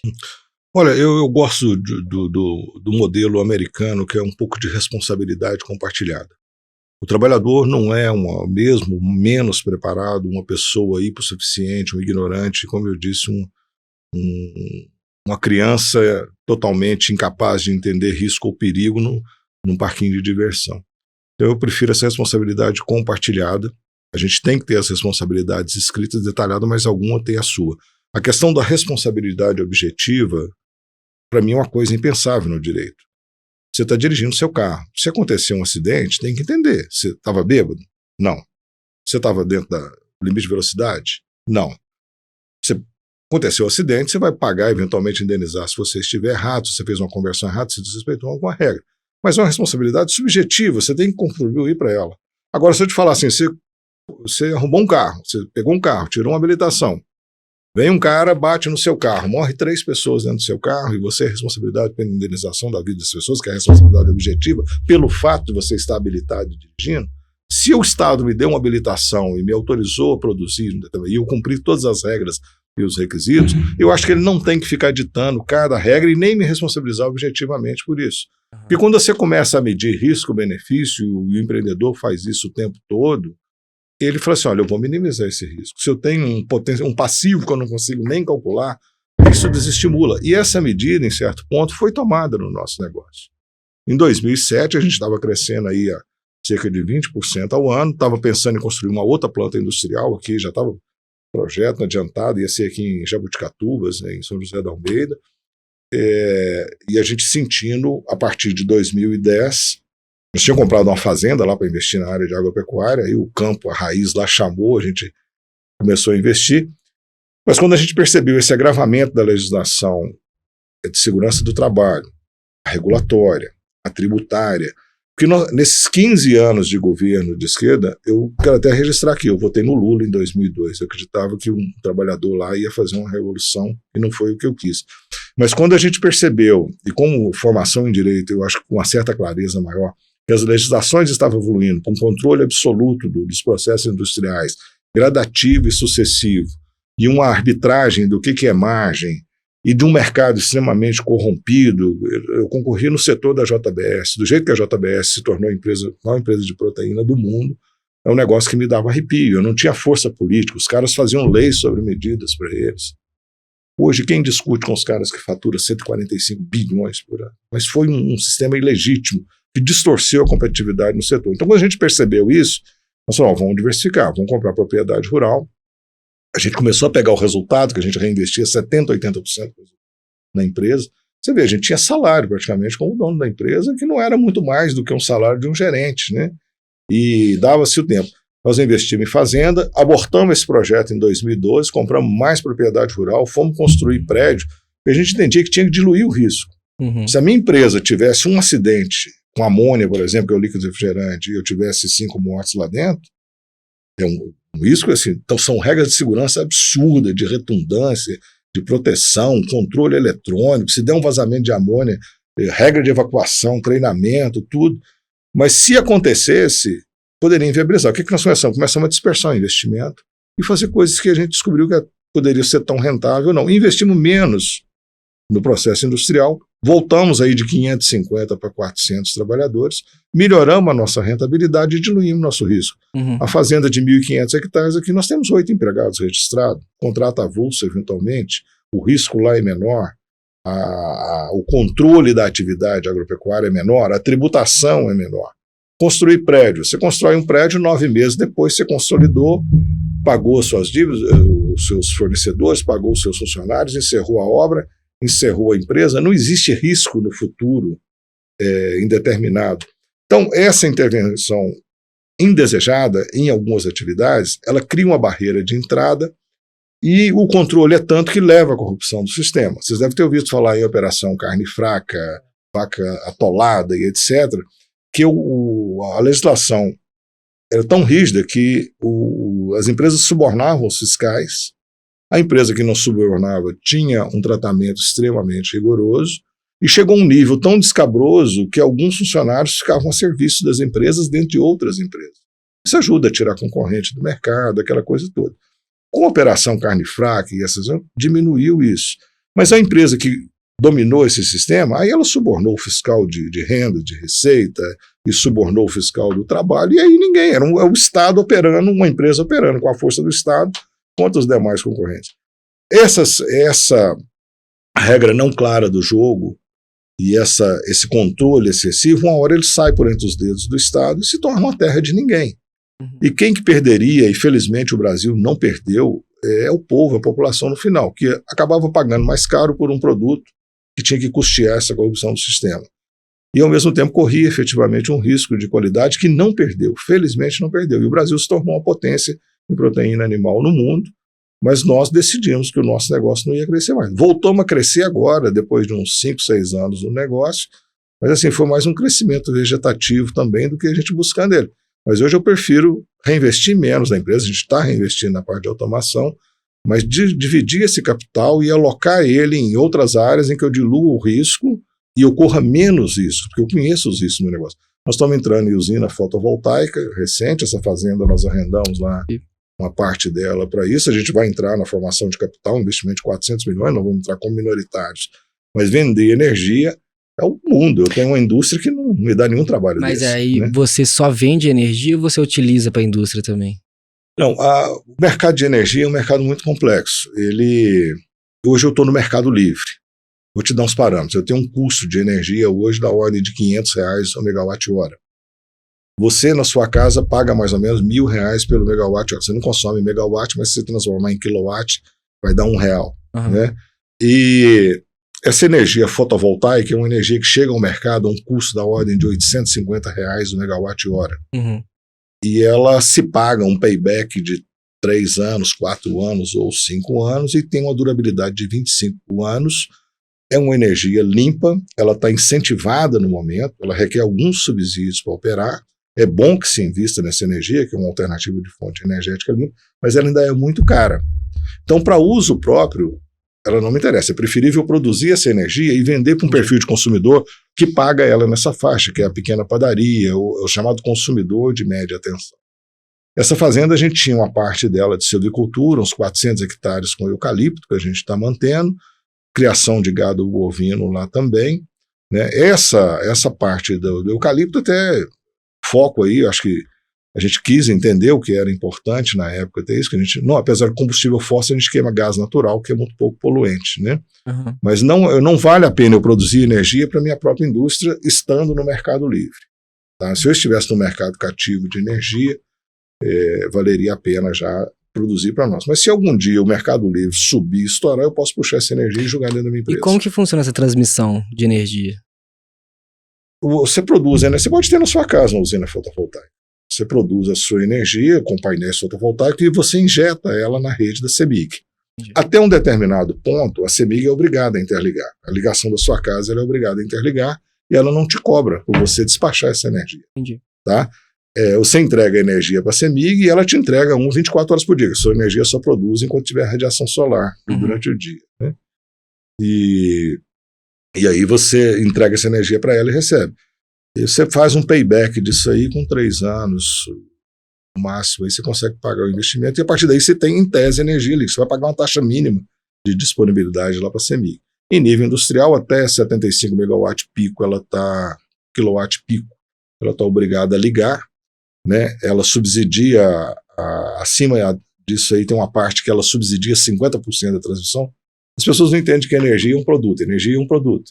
O que você recebe na sua casa, na sua conta, você recebe o produto, energia e a taxa de frete para te entregar, que é a tarifa de fio ali, né? Então, essas coisas são separadas, quando você produz energia, e a gente entende que é um bom negócio, dá um retorno aí da ordem de 20 e poucos por cento ao ano, numa economia Bacana. De inflação baixa, é um bom negócio. Bacana. E essas fazendas que hoje você utiliza para fazer isso, em um momento elas foram utilizadas para fazer produção de alimentícia também ou não? A gente produz gado bovino, né? Já produzimos gado para o nosso uso, mas a nossa demanda é muito, muito alta de proteína animal. Então, a verticalização do processo, como algumas empresas são verticalizadas. Você vê as empresas de Santa Catarina, aqui em Minas menos, mas já está caminhando, ela produz o leitão, entrega para um terceirizado, ele engorda, quando ele faz 100 quilos ele abate, remunera pela criação, ela cria o frango. O bovino nunca entrou nesse mercado. Mas a gente produzia carne bovino lá, abatia, desossava na indústria, utilizava uma carne uma parte para industrializar e vendia o restante do mercado. Hoje a gente não faz isso. Criar suínos e frango também, que a gente usa muita proteína de frango e suíno, não compensa pelas escalas. A gente consome mais ou menos 60, 70 toneladas de carne desossada por dia. Isso geraria uma escala de produção muito alta, o investimento na produção primária ficaria muito elevado, e a gente tem bons fornecedores no Brasil, no Mato Grosso, Paraná, Santa Catarina, que nos fornece a matéria-prima já no ponto só de processar. Hoje a gente só processa a matéria-prima e o nosso boi a gente vende no mercado. E assim, voltando agora um pouquinho mais para a parte de pessoal, de equipe e tudo mais, hoje você fazendo uma análise como gestor, assim, qual que são as vagas e as funções lá dentro da sua empresa que você sente que tem uma carência maior, né? Já falou muito de trabalho de base no geral, mas talvez funções mais estratégicas ali dentro da empresa que você vê uma carência maior, uma dificuldade maior de se captar pessoas. Eu estou me desconectando da parte executiva da empresa, mas tem assim há uns 10 anos atrás eu já comecei a me distanciar aos poucos para fazer a representação empresarial, quando eu presidi sindicato, câmara e o CIENG, eu diminuí minhas funções executivas na B. Hoje ainda tem uma coisa na faixa de expansão que eu estou fechando, um upgrade numa unidade nossa, mas assim, eu enxergo muitas carências dentro da indústria, mas como eu não estou na operação e eu olho de fora, eu enxergo essas carências e eu tenho negociado com os sucessores para eles enxergarem isso, principalmente pessoas que estão já mais velhas, já sem aquele ímpeto, e competências. Eu acho que a empresa precisava assim de um presidente, porque dos sucessores, uma dificuldade entre eles é que nenhum chamou para si a liderança. E nós tivemos uma empresa que ela desenvolveu de uma forma um pouco diferente. Como haviam 5 sócios, nós sempre decidimos sobre forma de organização. Nunca houve formalmente um presidente. Quem responde pela empresa juridicamente, quem faz a apresentação, normalmente sou eu, mas necessariamente eu não me sinto 1 centímetro superior aos meus sócios e aos meus irmãos, porque eles estão lá, têm função, é coordenação. É uma briga medonha para a gente construir os consensos, que somos pessoas complementares, tem uns 2 lá com personalidade muito forte, que é eu e o outro que está lá, e os outros 2, graças a Deus, são mais tranquilos, né? E conseguem conciliar. Mas, assim, esse consenso, essa construção de consenso, ela é bastante interessante porque impede erro. Teve hora que eu sempre fui meio atirado e muito ousado, e muitas vezes tem os caras que seguram ali, que seguraram certo na hora, né? Esse projeto de expansão lá, que era investimento em 2012, da ordem de quase 50 milhões de reais para construir a outra planta, foi uma coisa que eu dei para trás, né? Quase que apanhei do meu irmão lá da indústria. Foi uma das poucas vezes que eu puxei para trás, mas eu que estava desenvolvendo o projeto, eu falei assim, o risco é muito grande da gente fazer um investimento desse em 2012, depois nós viemos com uma recessão muito forte em 2015, e foi assim, o dinheiro que a gente não investiu lá, que era A gente ia pegar 30 milhões no banco. Esse dinheiro que a gente não investiu, investiu em outras coisas mais seguras e com menos risco, né? Eu ia estar lá recrutando com 1.000 funcionários no momento de mudança. E, paralelamente, nós vimos uma empresa que fez um movimento semelhante e está em concordata hoje há 3, 4 anos aí tentando sair do atoleiro, mas não conseguiu dar esse salto nesse mercado tumultuado que eu te falei. Mas eu vejo muitas carências de pessoas envolvidas. Eu já tive lá, eu tinha gerente industrial, por exemplo, eu perdi uns 3, assim, que vinha um concorrente, reconhecia a competência do cara e pagava o dobro, tirava o cara de dentro da empresa. Os hunters fazem muito isso. A gente recebe ligação de empresas de recrutamento tentando recrutar, às vezes não sabe que a gente é sócio, que trabalha na empresa, né? Mas a carência, a parte industrial está bem resolvida, a gente tem a parte administrativa, financeira, com a pessoa muito próximo de aposentar, né? E eu não vejo internamente a competência desenvolvida, né, com a habilidade necessária. Um gerente administrativo, que apesar de ter pouca função executiva, a gente tem aquela visão generalista do negócio. A gente entende que todo o negócio é problema nosso em qualquer circunstância que seja. Já a nova geração, a gente percebe que eles se fecham muito dentro de um quadrado pessoal. Tá, eu cuido do marketing, meu problema é marketing. Mas se o portão estiver caindo, se a segurança estiver ameaçada, se ouvir um alarme disparando, não é um problema dele. Então você vê o problema de liderança, né, que você tratou como carência aí. Uma questão, né, você falou da questão da sucessão e tudo mais, um problema geracional também, essa questão da liderança? Há uma diferença apesar de que a gente tem um relacionamento excelente com meu filho, tá? Casou já há uns 2 anos, vai ter filho agora. Na adolescência o embate é maior entre pai e filho, sim, mas eu tenho um entendimento muito bom com ele. Mas eu acho que precisa amadurecer. Primeiro, eles não têm um móvel que eu diria que é importante, a necessidade. Eles já foram criados, apesar de que nunca fui um pai bonzinho. Assim, esse meu de 31, ele veio para trabalhar com 14 anos, coloquei ele na manutenção e determinei, não alivia. E eu tinha um gerente, até um dos que eu gostaria de ser sócio dele, que é uma pessoa que nós fizemos uns negócios em conjunto. Falei assim, não alivia. Ele falou, deixa comigo. E ele dibuiou o cara. Com 14 anos, ele tomou uma suspensão na escola lá um dia, ficou 3 dias suspenso. Eu botei de ajudante de caminhão para entregar produto na rua. E os caras, pô, o filho do patrão. Eu, não. Mas mesmo assim, aí cresceu um cara assim, responsável e tudo, né? Mas ele não tem o móvel da necessidade, assim, há um patrimônio bastante razoável construído que eu acho que não os impele tanto. E eu acho que depende muito também, quem quer crescer é a ambição, e a ambição é o prêmio do negócio, né? Eles sabem que a coisa está bem estabilizada, mas a gente fala, ó, tem que ser inovador, tem que crescer todo dia, tem que aprender todo dia, tem que pesquisar. Porque nós, fundadores, nós criadores da empresa, no começo era 10, 12 horas de trabalho por dia, era o primeiro a pular e não tinha essa história não, o caminhão tá parado lá no pátio, o meu irmão que é aposentado ia lá dirigir o caminhão. Um dia ele chegou uma carreta lá para descarregar, o cara chamou e falou, você não vai ajudar a descarregar aqui? Não, você tá à toa aí no pátio. Ele não sabia que era um dos donos da empresa, né? Mas ele estava lá supervisionava a parte logística, né? Mas é um desafio. Eu procuro não tentar ditar regras, porque eu acho que da agora para frente é muito mais deles. Prefiro ficar numa função de conselheiro, que é mais confortável. Olha, eu acho que por aqui vai bem, por ali vai bem.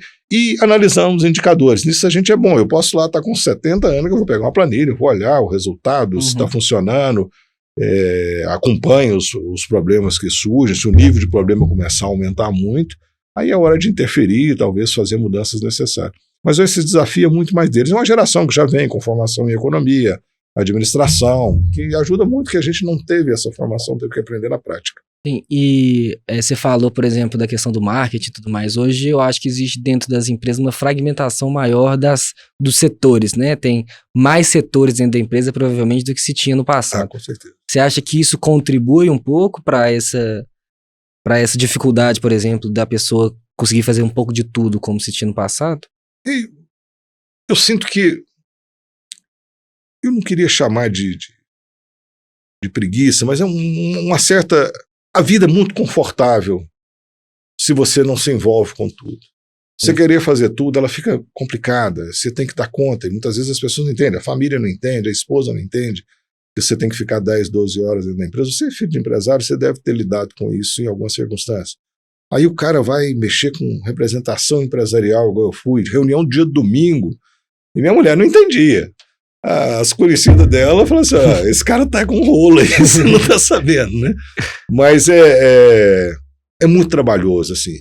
Agora, tem pessoas que têm a curiosidade e a ânsia do conhecimento. Eu acho que nós, os empreendedores originais, temos isso em nós e, olha, tem um problema, você não tem o conhecimento, construir uma indústria. Quando foi construir a indústria na cidade industrial, nós compramos uma sede da White Machine, eu chamei uma construtora, fez o projeto, etc., me mostrou, falou assim, isso aqui orçou. Eu falei, não temos dinheiro para fazer isso. Eu queria ter sido engenheiro, mas não fui. Esse meu irmão que tinha mexido com obra de estrada, que entendia um pouquinho, mas não, eu não vou nem tentar construir um negócio, uma área de 8.500 metros, que era a construção inicial, estrutura, aquela coisa toda, vai o Cássio. Aí eu fui para lá, para dentro da obra, montamos um canteiro de obra na cidade industrial, eu não tinha nem noção por onde começava. Mas como você tem relacionamento e conhecimento do mercado, eu liguei para o Gilmar, que é dono da EPO Engenharia, que eu conhecia de 30 anos, ele fez um projeto, a primeira casa da minha mãe, a gente fez para ela, né? E eu, Gilmar, o tamanho do meu problema é esse aqui, eu não aguento pagar uma construtora e eu preciso construir isso aqui. Eu falei, não, eu vou te ajudar. Marca uma reunião com todo mundo, projetista hidráulico, um negócio complexo, estrutura mecânica, engenharia térmica, refrigeração, fundações pesadas, concentração de carga de 5 toneladas por metro quadrado. Aí ele falou, marca uma reunião com todo mundo. Foi lá, ele reuniu todo mundo, você faz isso, você faz isso, você faz isso, quero projeto executivo disso, daquilo, o preço é tanto, você cobra tanto, me cedeu um engenheiro dele, eu fui para a obra junto com esse engenheiro dele e contratei um outro engenheiro para trabalhar comigo. Cara, o que eu aprendi de construção valeu por uma universidade, né? De montagem industrial também. Então, até hoje, eu me ressinto disso dentro da empresa, que ninguém quis absorver esse conhecimento, mesmo que eu quisesse passar, nenhum dos gestores hoje quer. E, conclusão, nós construímos essa fábrica em 1 ano e 9 meses, ela entrou em operação, eu consegui economizar ainda em relação ao orçamento que eu tinha, coisa de 30%, 35%, fazendo a gestão de compras, fazendo a gestão de obra. Era o BDI do cara, era o lucro do cara que a gente podia observar. E não conseguiria construir. No metade do caminho, vendemos algumas coisas, concluímos, fizemos a mudança, a transição, fechamos a fábrica da Ressaca e mudamos para a cidade industrial, na época já com 180 funcionários. Uhum. Então, essa disponibilidade de aprender, se precisar estudar legislação, física, um pouco de administração, gestão financeira, né? De repente a gente tem que aprender como é que aplica capital, como é que protege capital, como é que faz hedge das coisas, aproveita as curvas da economia. Então, não tem que escolher. Apareceu a bola, você tem que destrinchar ela e levar. E você acha que, agora levando para um lado mais filosófico e psicológico da coisa, você acha que isso tem a ver porque a minha geração, por exemplo, a geração a partir da década de 90, ela é muito mais orientada a fazer mais aquilo que ela gosta de fazer, em alguns aspectos, e ter dificuldade de conviver com, mesmo que seja no trabalho, mesmo que seja no dia a dia, mesmo que seja um negócio que obviamente vai ter várias coisas que não vai ser da aptidão da pessoa, de ter dificuldade de conviver com esses fatores e ter que trabalhar com isso todo dia, assim? Eu acho que tem uma filosofia de que você tem que fazer o que você gosta. Eu acho que assim, você só tem um caminho, faz o que você gosta, eu gosto do que você faz. Então você vai ser infeliz o resto da vida, né? E agora, essa adaptabilidade é que eu acho que é essencial ao ser humano. Nós temos que adaptar o mundo, não é o mundo adaptar a gente. Eu acho que hoje criou, assim, a gente tem criado muita conveniência, é necessário. Eu acho que a gente tem que ter um rebaixamento do meio-fio para o deficiente físico poder ter a acessibilidade que eu tenho, que você tem. Mas eu não acho que a gente tem que ficar fazendo rampa para quem tem 2 braços e 2 pernas. Uhum. E essa questão de adaptar o mundo, eu acho que é obrigação de cada ser humano vir aqui, estudar, pensar e conseguir entender como é que ele funciona, ou então, minimamente, se estabelecer nele numa função que ele consiga viver, ser feliz com a dignidade. Eu conheço um monte de gente assim, que muitas vezes não chegou a ter empresa, não tem nada, mas tem uma vida perfeita. Ele só tem que acomodar as ambições dele ao que ele consegue gerar e ser feliz, né? Eu não digo que empresário é feliz porque tem respeitabilidade, conquista fama e uma certa distinção econômica em relação à sociedade. Tem que ser um conjunto. E, apesar de ter sido móvel a necessidade e a produção material, eu, apesar de não ter necessariamente planejado, eu tenho um orgulho assim, imenso do que a gente fez. Tanto pelo que a gente conseguiu proporcionar em termos de segurança e estabilidade econômica para a família e oportunidade para a família, o tanto de pessoa que você deu condição de vida, as famílias. E a gente tem um vínculo de amizade com essas pessoas, gente que trabalhou 20, 25 anos. Até hoje, essas pessoas de vez em quando aparecem lá no Facebook e falam, E eu agradeço até aquele patrão meu lá que não quis pagar os 2 salários mínimos, que enquanto eu fiquei lá 3 anos dentro do escritório dele, eu não era lá esse expoente de trabalhador. Eu tinha um irmão que trabalhava lá, ganhava mais do que eu, e ele não me falava porque ele era mais dedicado, que é meu sócio hoje, o Toninho, né? Mas assim, a oportunidade de aprendizado que deu para um jovem de 16 anos, com todas as responsabilidades que eu tinha na época, que por mais que necessitasse, eu não tinha aquela coisa, nem era um funcionário dessa, era um funcionário capaz de fazer o que eu tinha que fazer, mas o que eu aprendi lá dentro, então, é esquecer esse negócio. Qualquer empresa que você puder entrar, na primeira loja que eu fui trabalhar, eu vesti minha melhor roupa, cheguei lá, me deram um escovão, um pano de chão, mandaram eu limpar o depósito, que tinha 10 anos que eu não limpava. E era serviços gerais, eu achava que era office boy, mas era um faz tudo, você lavava loja, banheiro, o que fosse, né? Fiquei lá uns 3 meses, era meio rebelde, 6 meses e depois saí. Mas eu acho que foi oportunidade. Aquilo ali deu dignidade, o primeiro salário no bolso, poder sair com a namorada com 16 anos e pagar o próximo cinema, isso aí, a gente virava homem muito cedo, né? Vestia calça comprida e se achava, né? Fazia muita bobagem, bebia, fumava, mas a gente cresce e amadurece, gostando. Eu não gostava na hora que mandaram lavar um banheiro, eu falei, poxa, eu sou humilde, eu lavava vasilha em casa, tinha obrigação familiar, mas a hora que eu achei que eu cheguei ao emprego, eu já achei que eu ia chegar num nível um pouquinho melhor. Mas assim, passado o tempo, a gente percebe que essas coisas nos dão lições necessárias. É a humildade necessária que você tem que adquirir. Então, o faxineiro da minha empresa, ele está na minha conta tão bem quanto está o gerente ou quando está o supervisor. Se eu puder ajudar ele não é tratado de nenhuma forma diferente, né? Então isso vai crescendo e isso é bom, a gente produz. E não é privilégio meu, não. Eu conheci teu pai, simplicidade que aquele cara ajudava os outros, sua mãe, que era empresária, e ali e 1000 outros que eu conheci ali dentro do sistema, e a gente vê que essa é a realidade. Nós somos motores de desenvolvimento, de crescimento e de oportunidade, e temos que nos sentir honrado com isso, não é com vergonha ou como muitas vezes a sociedade enxerga o empresário. E uma outra coisa, né, agora relacionada, a gente falou das dificuldades dos jovens, né, dessas questões todas no mercado, você vê em relação às pessoas mais velhas, e agora falando um pouco das pessoas mais velhas com as mudanças, né, de hoje em dia, né, muita coisa mudou do jeito que as coisas são feitas dentro de uma empresa hoje do que era no passado, né, dos processos da empresa e em relação a tudo, né, no geral. Como que foi os desafios disso para você, que foi um cara que já está empreendendo há 30 anos, e como que você vê as pessoas mais velhas, que não necessariamente são empreendedoras, mas que estão no mercado de trabalho, por exemplo, precisando de emprego, para se adequar com todas as mudanças que estão acontecendo na sociedade aí? As mudanças têm que entender e aprender, não tem jeito. Quando eu tinha 30 anos, a história da empresa, quando foi comprar o primeiro fax, esse irmão meu que era da escola, que tinha trabalhado na escola, que era uma grande indústria de cerveja aqui, era aqui na saída do Rio, aqui, ele falou, mas fax pra quê? Esse trem não é confiável. Ele era do tempo do Telex, né? O fax chegou e foi engolido numa velocidade tão grande, mas aquilo já era um avanço, você passava um papel aqui, chegava lá no cara, aquilo já era uma loucura, impensável, né? O primeiro computador, eu olhei para o computador assim na empresa, não foi eu, comprei, foi outro irmão meu que gostou mais. Eu falei assim, olha, eu tô com 30 anos, não mexi com isso, não vou mexer, né? E eu já tinha brincado algumas vezes, mas não adaptava. Cara, com uma semana que eu sentei ali, hoje eu não ando, eu tenho computador em casa, no trabalho, tem um aqui dentro que daqui eu faço o que eu quiser, onde eu tiver. E não tem jeito, tecnologia tem que absorver.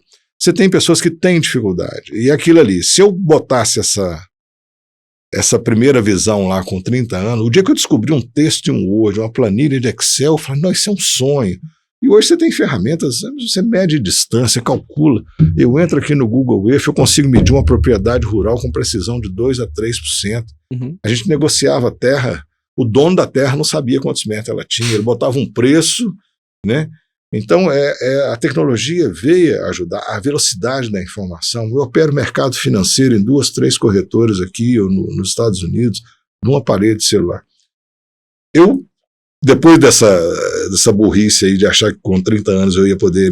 Na verdade, eu tinha algumas ilusões, que eu ia aposentar com 30 anos, depois com 40, depois com 50, e agora eu vou tentar com 60, mas é uma semi-aposentadoria que eu vou tocar outros negócios ainda. Uhum. Mas assim, achar que você não tem o que aprender e não absorver é um erro crasso. Tanto os mais velhos, os mais novos têm que aprender. Agora, tem uma coisa, tem pessoas que têm dificuldades terríveis. Eu tenho uma irmã de 72 anos que ela não consegue, dar um iPhone para ela, ela só consegue ligar mal. E às vezes não atendeu, ela não se adaptou. Eu já tenho uma outra de 82 anos que se vira nisso aqui igual menino, né? Já entra, rede social, conversa com as amigas, manda mensagem, tá fazendo inglês aqui aos 82 anos pelo Duolingo, outro dia. Então, tem pessoas que têm a capacidade e não têm. Eu não sei o que faz com essas pessoas que se fecham e não abrem para o mundo. Sinceramente, eu não tenho a solução. A solução que eu vejo é talvez uma especialização e ele tem que ser feliz. Tá, se a forma dele viver e trabalhar, ele consegue se manter e fazer as coisas que ele gosta, seja a religião, a comida, a bebida, os amigos.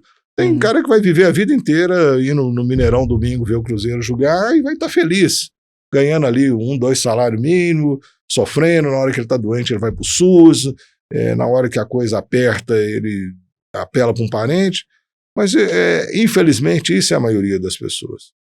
Eu acho que a educação empreendedora pode ser uma solução. Eu vejo muito, eu tenho muitos amigos de esquerda ainda da época de faculdade, somos amigos até hoje. Mas esse negócio de empreendedorismo é assim, no final das contas é o filho do chefe que vai. Não adianta você se esforçar porque alguém vai ter uma peixada. Não é assim, gente. O mundo é competitivo demais para você ficar. Se você botar um filho incompetente seu na gestão da sua empresa, você vai quebrar a sua empresa. Eu prefiro muitas vezes, se meu filho não demonstrar competência e capacidade para tirar ele e buscar no mercado uma pessoa que tenha competência.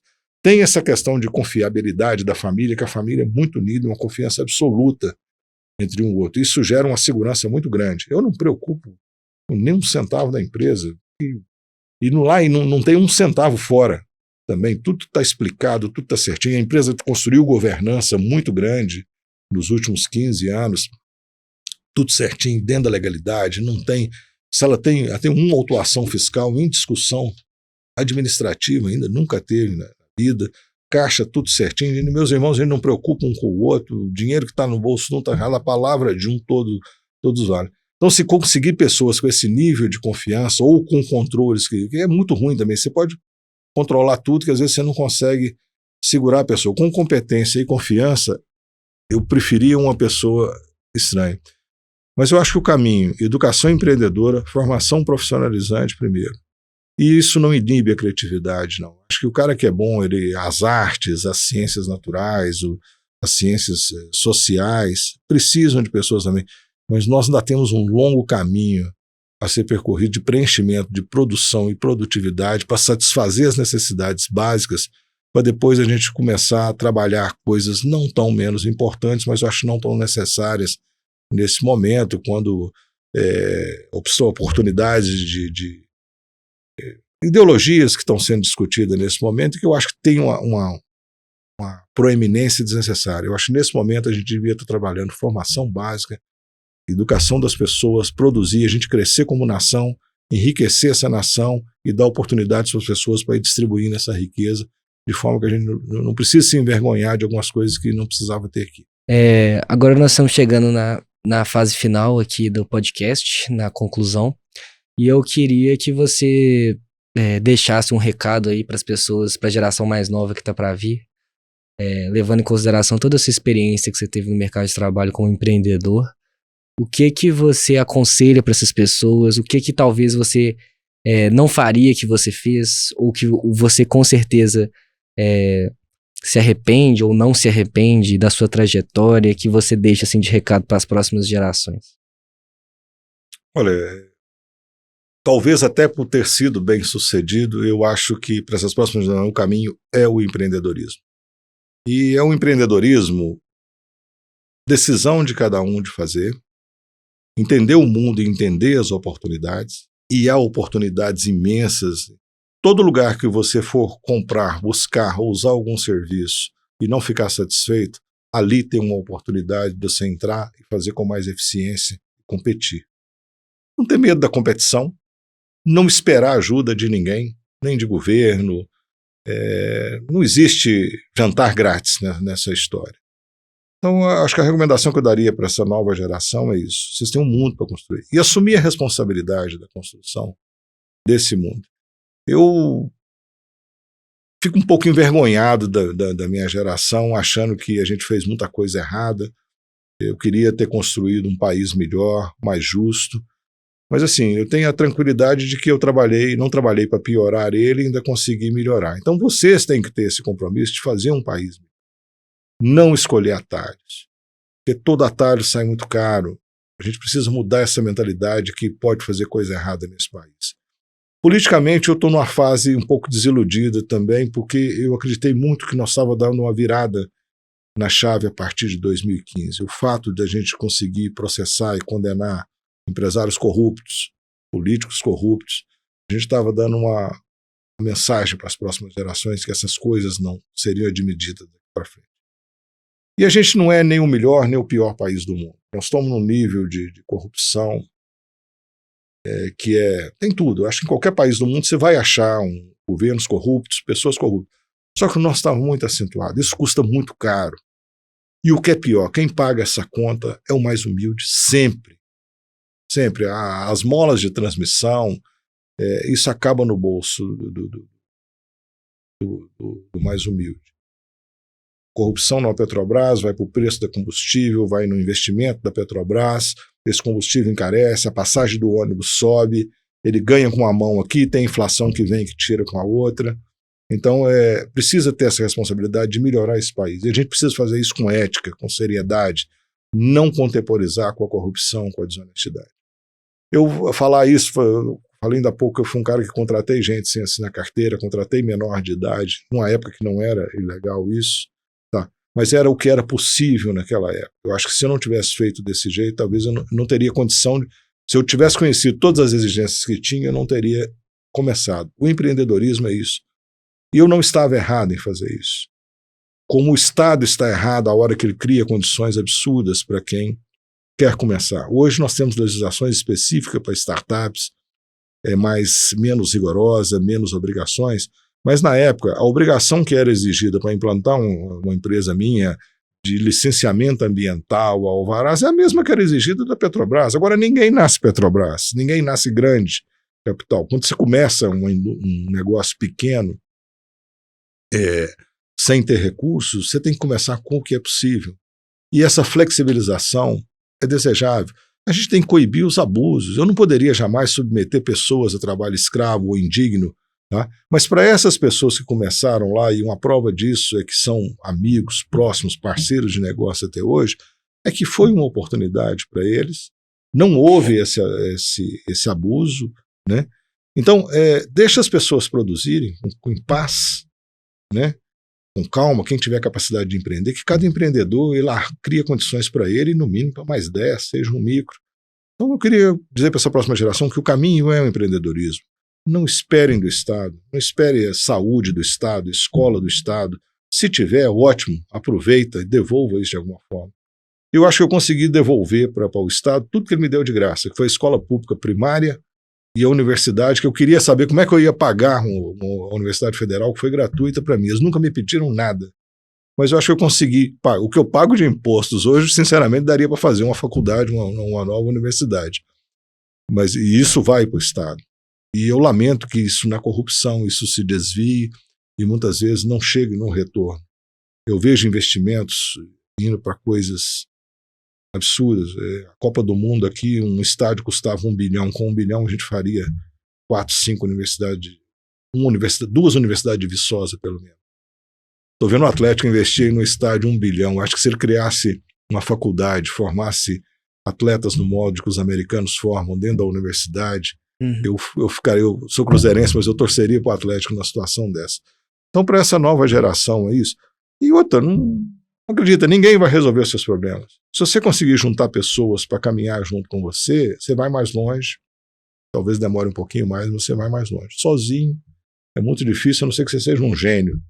né? E nenhum de nós somos gênio. É mais esforço, transpiração, dedicação que a gente dá conta. Sinteticamente, é isso que eu diria aí para as próximas gerações. Digo para os meus filhos, não alivio para eles, né?